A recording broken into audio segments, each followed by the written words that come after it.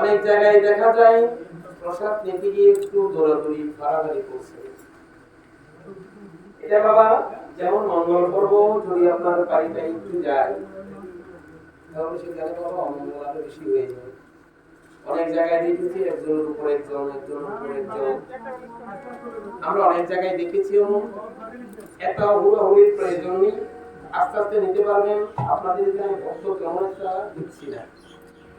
নোয়াখালীর মধ্যে বাবা আমরা একটা আয়োজনের মধ্যে এই নদীর পরস্পর নেওয়ার পরে একজন একজনের উপর প্রসাদ নিতে গিয়ে সবাই উঠে গেল, দেখি দুজন আর উঠে না।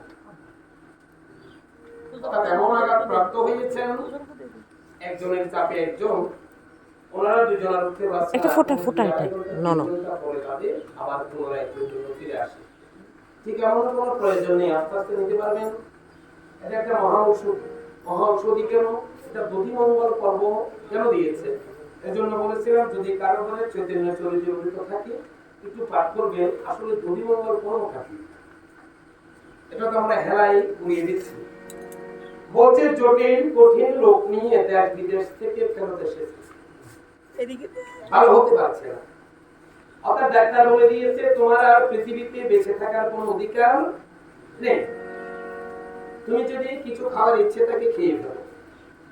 তো যারা মৃত্যু সংবাদ পায় তাদের মনের অবস্থাটা তো বুঝে, সদাই সর্বদাই মলিন বদন নিয়ে রাস্তায় হাঁটাহাঁটি করত।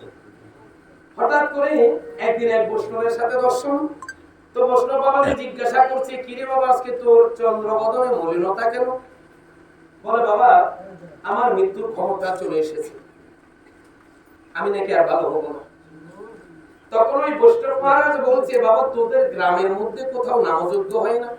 বলা হয়তো, যদি আমার গোবিন্দের কথা সত্য হয় একবার গোবিন্দকে পরীক্ষা করে দেখতো। পরীক্ষাটা কি? বলছে নামের সমাপনে সেখানে কমিটির পক্ষ থেকে একটা দধির পরশা বঞ্জন কর, যদি পারো একবার মনে বিশ্বাস থেকে সেই ভাঙ্গা দধির মাঝে গড়াগড়ি দিয়ে উঠতে পারো কিনা দেখো। এই যে বলেছিলাম মহা ঔষধি, এটা সুধা, যে এক বিন্দু যদি কেউ গ্রহণ করে অনেক বাসনা পূর্ণ হয়, কিন্তু মনে আপনার বিশ্বাস থাকতে হবে।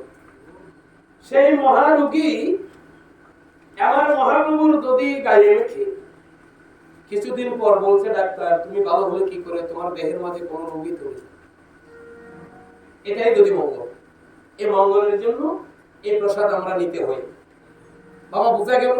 তো বুঝা গেলে বাবা একটু উলুধ্বনি করুন তো দেখি।